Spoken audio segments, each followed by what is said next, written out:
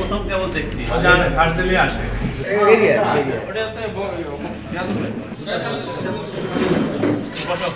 এখানে 3 কাঠ মাল, তো এখানে আমরা প্রতি ইয়েতে অন এভারেজ 170-180 পিস করে আছে। তো এইভাবে 25,000 পিস কমপক্ষে আছে।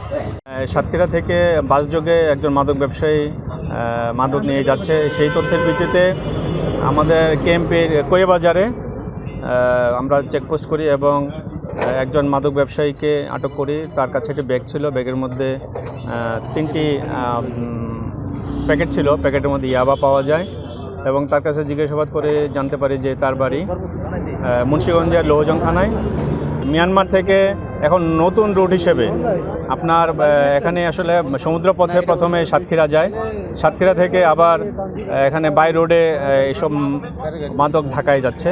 তো আমরা এই ব্যবসার সঙ্গে যারা জড়িত আছে আমরা সেগুলো আইডেন্টিফাই করার চেষ্টা করছি এবং তার কাছেও আমরা কিছু তথ্য পেয়েছি এবং আমরা ইনশাল্লাহ ভবিষ্যতে আরও মাদক উদ্ধার করতে সক্ষম হব।